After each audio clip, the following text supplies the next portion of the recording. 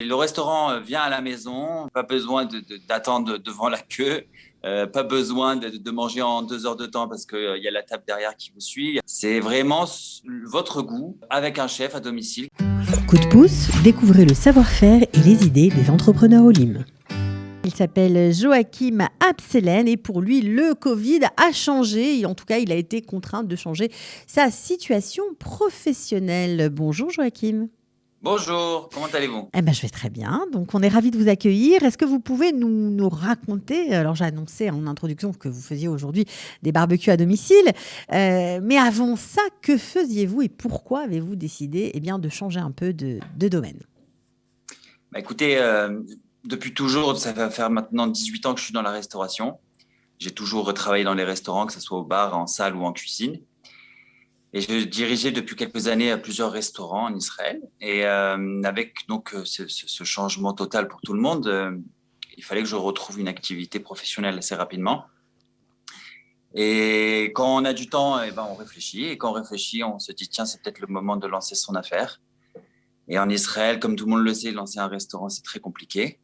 Donc, j'ai décidé de me pencher sur une affaire où on peut être facilement accessible aux gens, surtout dans cette période-là de Corona, et pas forcément investir beaucoup pour pas perdre aussi si ça ne marche pas. Et au Hachem, j'ai trouvé cette idée de faire chef privé à domicile pour accéder aux gens directement, pour leur donner ce travail que je fournissais déjà toujours, c'est-à-dire le sourire quand ils mangent et quand ils boivent. En gros, les C'est, restaurants sont fermés, donc le restaurant vient à la maison. C'est ça l'idée?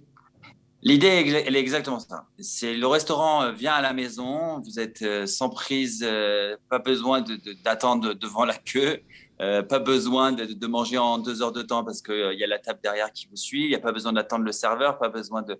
Il n'y a pas toutes ces problématiques de restaurant, trouver une place de parking. C'est vraiment votre goût avec un chef à domicile qui vous prépare devant vous tous vos plats Alors, et vous avec des vous menus. occupez à domicile de la cuisine uniquement ou vous occupez aussi de la décoration, de l'ambiance, de la table? Moi, je propose quelque chose de clé en main au niveau de mon travail. La seule chose que je demande à mes hôtes, c'est de préparer leur table à eux. C'est-à-dire de mettre la table, les verres, etc. Moi, j'amène après tout le matériel, de A à Z.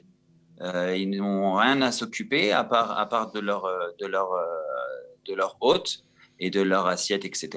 Parce que les gens, quand ils ont terminé de manger, si j'amène toute la décoration, les tables, etc., les chaises et surtout les assiettes, et c'est pas beau après de débarrasser un peu plus vite. Donc les gens, ils restent à table, ils profitent. C'est aussi exactement le but de faire ça à domicile, c'est de pouvoir traîner en longueur avec plaisir. Alors, quelle sorte de viande amenez-vous à vos clients? Est-ce que vous pouvez amener de tout, même voilà, des bœufs un petit peu rares? Est-ce que vous avez une cache-route particulière? Pas de cache-route? Comment vous faites? Racontez-nous. Alors, déjà, les chefs privés, avoir une cache-route privée, c'est très compliqué. C'est Mhm. prévu parce que là, avec ce qui se passe, justement, les chefs ont explosé, les chefs privés, et donc la rabbanoute doit un peu s'allier. Moi, personnellement, je suis cachère à 100%, toutes mes viandes sont cachères, tous mes ustensiles sont trempés au mikvé. Je donne à mes clients quelque chose que moi, je mangerais, c'est-à-dire 100% cachère. J'ai des menus Alors, cachère 100% rabbanoute, j'ai des cachère, ça veut dire, menus voilà, c'est ça, parce qu'il y a halak. beaucoup de, voilà, ok. Voilà, j'ai des menus halal, j'ai des menus marfood. Je veux donner à la majeure partie de tout le monde d'ailleurs la possibilité de manger mes menus. Quand, les menus ils sont divers et variés. Vous avez un premier menu j'appelle ça un menu de dégustation. Vous avez plus de 7 sortes de viandes différentes, ce qui équivaut à 500 grammes par personne, pour 200 shekels par personne, ce qui est un prix. Vous avez entrée, plat, dessert. Et j'ai d'autres viandes un peu plus élaborées, comme le fameux bœuf de Wagyu.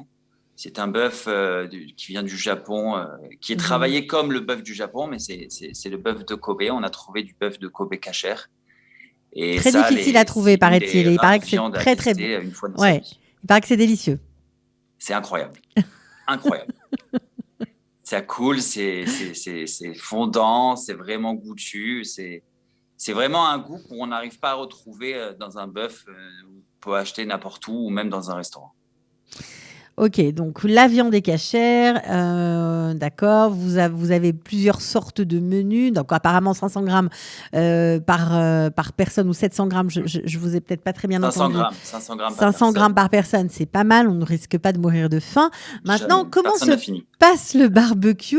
Quel genre de barbecue faites-vous? Est-ce qu'il y a des sauces particulières? Est-ce qu'on sait très bien qu'il y a des viandes et des façons de faire le barbecue de façon peut-être comme les Argentins, comme les Brésiliens? Il y a beaucoup, beaucoup de styles. Alors, Qu'est-ce que vous faites, vous?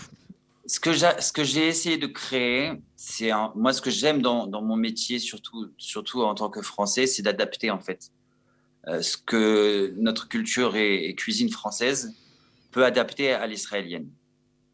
On habite en Israël, la cuisine israélienne est riche en saveurs. Et en fait, ce que j'ai essayé de faire, c'est de créer un barbecue israélien, mais d'une touche française en termes de cuisson, premièrement. Je pense que la cuisson dans la viande, c'est ce qu'il y a de plus important. Et tous mes clients disent que la cuisson de la viande, elle est parfaite, donc grâce à Dieu. Et j'essaie d'élaborer des sauces comme ma fameuse trina à la truffe. C'est une sauce que j'ai élaborée avec d'autres personnes quand je travaille dans les restaurants. Et chaque chose que je donne à mes clients, j'essaie de la travailler d'une façon franco-israélienne, si je peux m'exprimer ainsi. Ben, vous pouvez. Donc de la trina à la truffe. Comment on fait ça? Ouais, On peut avoir un petit truc pendant je qu'on y dirais est? rien, je dirais rien. C'est secret. Non, c'est assez simple. Je fais moi-même ma trina. Après, il faut rajouter un petit peu d'huile de truffe et ça vous donne une trina à la truffe. C'est excellent pour la viande. Je fais une aubergine grillée au barbecue avec cette trina. Vous imaginez le goût que ça a et ça rehausse vraiment la qualité en fait d'une petite aubergine que vous pouvez manger dans un restaurant. Là, ça devient presque une entrée semi-gastronomique. Bon, bah même s'il est 9 h du matin, vous nous mettez quand même un peu l'eau à la bouche, il faut bien le dire. Alors, si on veut plus que 500 grammes de viande, si on veut un truc royal, est-ce que c'est possible? Alors, 500 grammes de viande, c'est beaucoup. Comme je vous l'ai dit, il y a quasiment personne qui a, même 10 hommes ne seraient pas capables de finir tout ça. Parce qu'il y a les entrées, il y a les plats, les desserts. J'accompagne aussi tous les plats de frites que j'amène. Et par contre, il y a de la qualité. Et la qualité dans les viandes qui peuvent changer. Là, le premier menu, il y a 7 sortes. Le deuxième menu, il n'y en a que 4, mais j'utilise que 4 très, très bonnes sortes de viande. Comme une des viandes qui s'appelle la picanha. C'est une des viandes qui est très rare à trouver en boucherie. C'est une viande d'une découpe. Vous parlerez tout à l'heure d'Argentine. C'est une des viandes vraiment magnifiques. Et donc, les différents menus, il y aura toujours 500 grammes de viande parce que je pense que c'est assez pour chacun. Mais la différence dans mes menus, ça va être la qualité de la viande, la qualité des entrées avec de la terrine de foie gras en plus, avec du bœuf de Wagyu, avec des entrecôtes maturées de plus d'un mois ou des tomahawks, c'est-à-dire des côtes de bœuf avec un grand os comme ça de plus de 1 kilo. Voilà, c'est dans la qualité de ce genre de produit-là où les gens pourront choisir différents menus. Bon, bah écoutez, ça a l'air vraiment alléchant, ça c'est le moins qu'on puisse dire. Est-ce que on fait comment d'abord pour vous joindre, pour vous suivre? Peut-être que vous avez une page Instagram. Pour ceux qui sont encore un peu sceptiques malgré l'interview, qui ont envie de juger sur pièce, est-ce qu'il y a des photos? Il y a photos, vidéos, bien sûr, sur Instagram, sur Facebook. Je suis joignable toujours par téléphone. Et voilà. Et Bezrat Hachem, dans quelques mois, après Pessah, si Dieu le veut, les gens qui n'ont pas forcément de terrasse, qui n'ont pas forcément envie d'inviter, c'est aussi un problème de ne pas avoir de terrasse. Et les gens, ils veulent, par exemple, faire ce genre de choses, mais ils n'ont pas de terrasse pour le faire, pour que moi, personnellement, j'aille travailler. Donc déjà, premièrement, vous pouvez, sur un parc, ça se fait beaucoup, dans un parc ou Dehors. même en face de la mer, c'est faisable. Donc, Et bientôt, à partir de Pessah, je propose une fois par mois, dans une ville à chaque fois différente, un festival de viande où il y aura par exemple 20 sortes de viande illimitées avec du vin. Et tout le monde pourra venir, 1, 2, 3, 4 personnes. Ce sera vraiment une soirée, un festival de viande dans des endroits alors on vous a pas suivi. incroyables. Vous allez faire un festival de viande dans des villes, en fait, c'est ça? Ouais, Ouvert à tous dans c'est des ça. parcs? Ce sera dans des parcs à l'extérieur? Ce sera ou dans un parc ou dans une villa privée. Et en fait, chacun viendra par plusieurs personnes ou une personne pouvoir goûter à un festival où il y a des attractions. On peut C'est-à-dire venir à que là, 10, à je travaille le 15? barbecue, mais après, il y aura des attractions. Encore une fois, la française, je ne sais pas si vous connaissez le flamandou. C'est une sorte de culture du Pays Basque où le gras du lard flambe et ça devient goûtu sur toute la viande. Bon, c'est un show, quoi. Vous allez faire un show. Ouais, je vais faire un show total et je pense que les gens ont besoin aussi de sortir. Il y aura des musiciens, il y aura plein de choses. J'ai envie de faire vraiment une soirée sympathique autour de la viande et du vin. Il faut m'éclairer, Joachim, parce que si on vient à 15, à 20, à 30 pour ce festival de viande, c'est possible ? C'est possible, ce sera jusqu'à 50 personnes. Ok. Je demande pour la responsabilité personnelle que j'ai, bien sûr, avec une Teudat Rissoun, c'est-à-dire un passeport vert pour tout le monde, comme ça, tout le monde est tranquille en général. C'est ce que je demande maintenant qu'on a droit à 50 personnes à l'extérieur. Donc, et puis je pense qu'on a oublié et on a envie de retrouver des gens à qui on peut parler autour d'un verre et d'un bon repas. Oui, ça nous a manqué, ça c'est sûr. Ça c'est sûr, ça nous a beaucoup manqué. Donc vous nous redonnez un petit peu d'espoir. La vie reprend son cours. Voilà, vous en êtes la preuve. Donc comment on fait pour suivre ces événements justement, pour savoir où aller pour ces festivals? Le mieux, c'est Instagram comme d'habitude et Facebook. De toute façon, en général, dans chaque ville, il y aura, si je travaille bien, il y aura assez d'informations pour que vous soyez au courant, que ce soit pour... J'utilise beaucoup les groupes Facebook. Alors, on tape quoi comme nom sur Facebook ou sur Instagram? Alors, je m'appelle Joe's BBQ. C'est J-O'-S, plus loin, BBQ. Ok, Joe's BBQ. Très bien. Joe's BBQ.